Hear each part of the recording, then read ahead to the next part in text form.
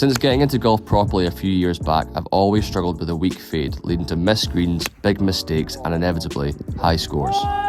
After a quick lesson and some trial and error, I recently shot 4 under my handicap by forcing myself to play a draw.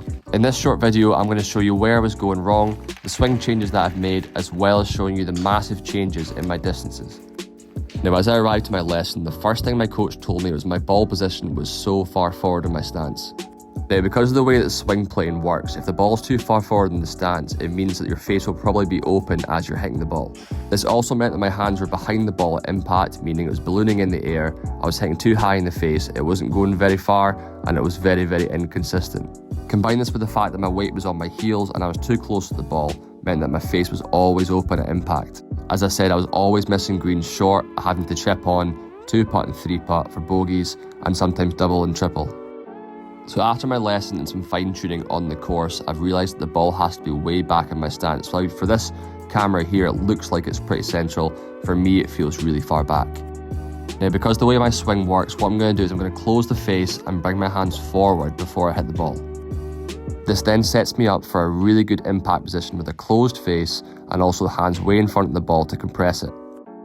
Now, during my lesson and also during the range sessions and on the course, I found that I did have some hook shots, but every so often I would hit the purest iron shot you've ever seen.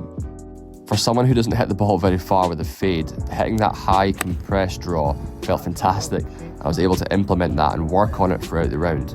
Now that I know the feeling, I can go away and work on it on the range and hopefully improve it and make it more consistent. Now, let's go and see this shot in action on the range, how I set up, and also the huge changes to my distances. Before we get into it, I'm giving away 2 Tacoma Skyforger wedges.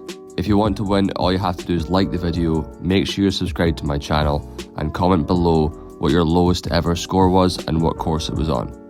Even if you don't want to enter the giveaway, please make sure you like the video, please make sure you subscribe to the channel, it helps me out and it goes a long way.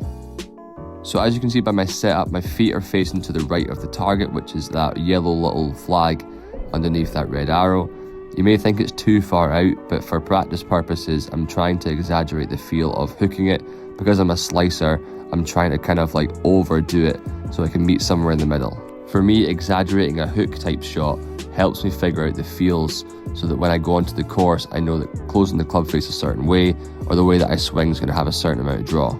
As I said, I've closed the club face, my feet are facing out to the right and my hands are in front of the ball.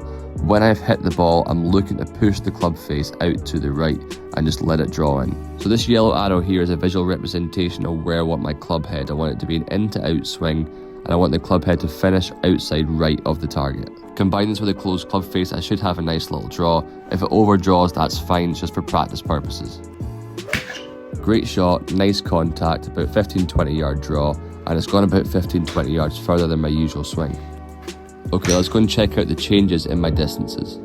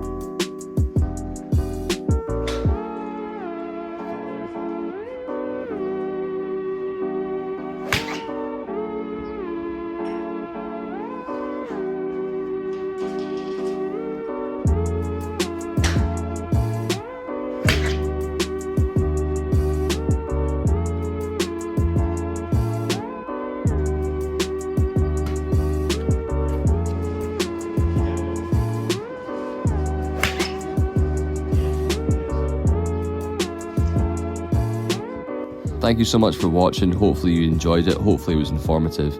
Again, for me as a slicer, this has helped me loads and hopefully it helps you. If you want to watch some more of my videos, they're on the screen just now.